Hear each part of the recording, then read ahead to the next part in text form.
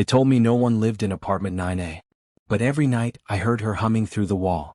I thought it was loneliness playing tricks on me, until she started knocking back. I moved into apartment 9B because it was cheap, quiet, and far enough from my old life that no one could find me easily.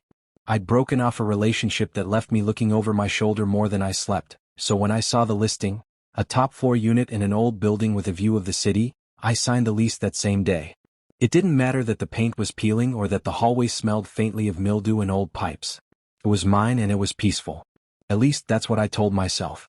The first night, I couldn't shake the feeling that the building itself was breathing. Every creak in the ceiling sounded like something pacing above me, though 9B was the top floor. I laughed it off. The kind of laugh people use to push fear back into the dark corners. I unpacked slowly over the next few days. The apartment had quirks. The kitchen light flickered if I opened the fridge too fast. The bathroom mirror fogged even when there wasn't hot water running. But the strangest thing was the door directly across the hall. Apartment 9A. No one ever went in or out.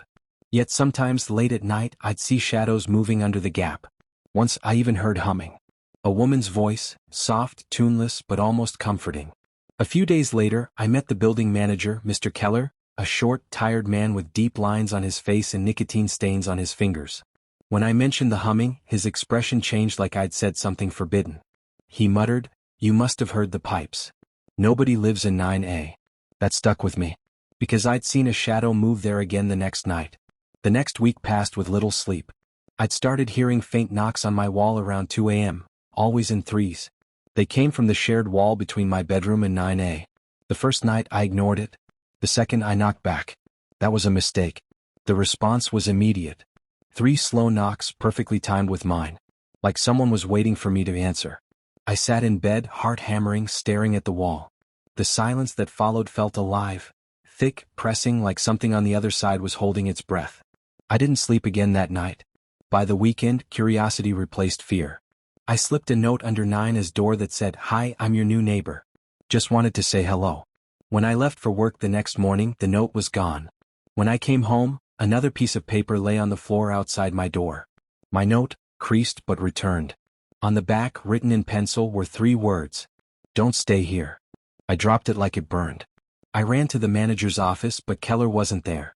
The assistant told me he rarely came in since the accident. I didn't ask. That night, the lights in my apartment began flickering every time I walked by the door. My reflection in the hallway mirror seemed half a second late. I told myself it was stress. I told myself it was old wiring. Until I woke up to footsteps in my kitchen. They were light, shuffling as if someone didn't want to wake me, but I was already awake. My heart pounded as I grabbed my phone for light. The glow lit up the kitchen doorway and for a split second I saw her. A woman standing barefoot on the tile, her hair hanging wet over her face, head tilted toward me. I blinked and she was gone. The air reeked of damp and mold. The next morning I found small wet footprints leading from the kitchen sink to my bedroom door. I packed my bags. I was ready to leave. But as I reached for the doorknob, I froze, because someone was knocking from the other side. 3 slow knocks. I looked through the peephole. The hallway was empty. That was when the humming began again. Just beyond my door, a woman's voice, the same tune I'd heard days ago. I turned the lock. I don't know why, maybe part of me needed to see it to prove I wasn't losing my mind. When the door creaked open, a rush of cold air hit me, carrying the smell of old water and something metallic like rust or blood. And at the end of the hallway, apartment 9's door was wide open. I should have run.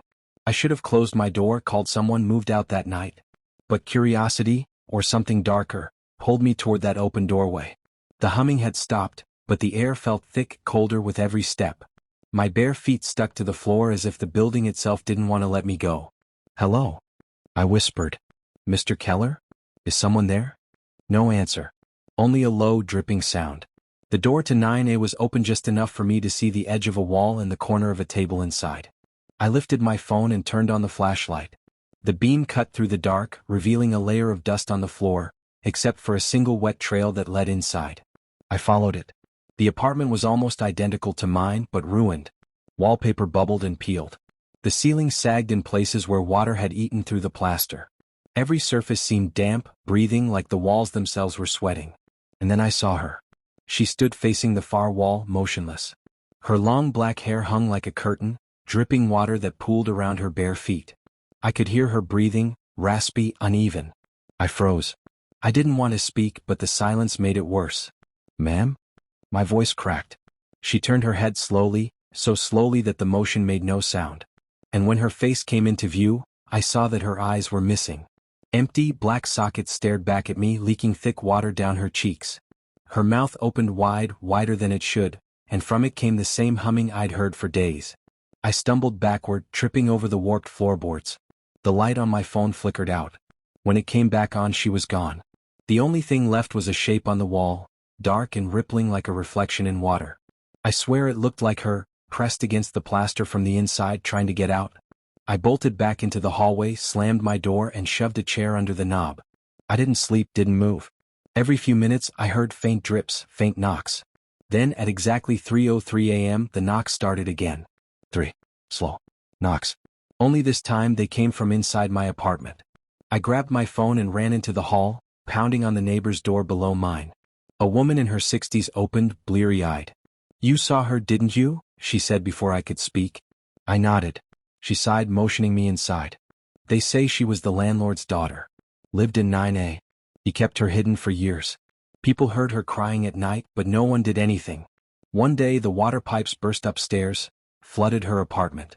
They found her drowned in her own bathtub." The old woman's voice dropped to a whisper. "She never left this floor.